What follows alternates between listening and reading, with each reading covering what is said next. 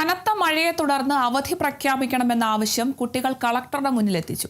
Thrissur Chandrapini higher secondary സ്കൂളിൽ നടന്ന ജില്ലാതല വായനാ സദസ്സിൽ പങ്കെടുക്കാനെത്തിയ തൃശൂർ ജില്ലാ കളക്ടർ ശിഖ സുരേന്ദ്രനാണ് കുട്ടികളുടെ രസകരമായ നിവേദനം സ്വീകരിച്ചത്.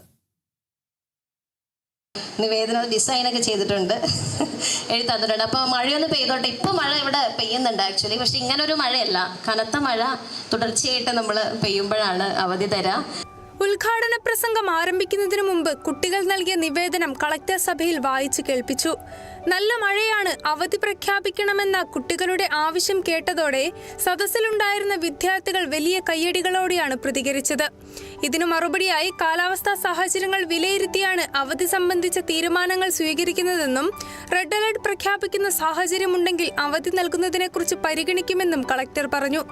മഴ ശക്തമായി തുടരുന്ന ദിവസങ്ങളിൽ വിദ്യാർത്ഥികൾ വീട്ടിൽ സുരക്ഷിതരായി കഴിയണമെന്നും അനാവശ്യമായി പുറത്തിറങ്ങരുതെന്നും ഓർമ്മിപ്പിച്ചു. കളക്ടറുടെ മറുപടിയും കുട്ടികളോടുള്ള സൗഹൃദപരമായ സമീപനവും ചടങ്ങിൽ ശ്രദ്ധേയമായി.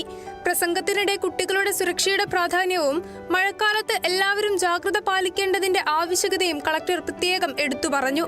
Kerala vision news, Thrissur.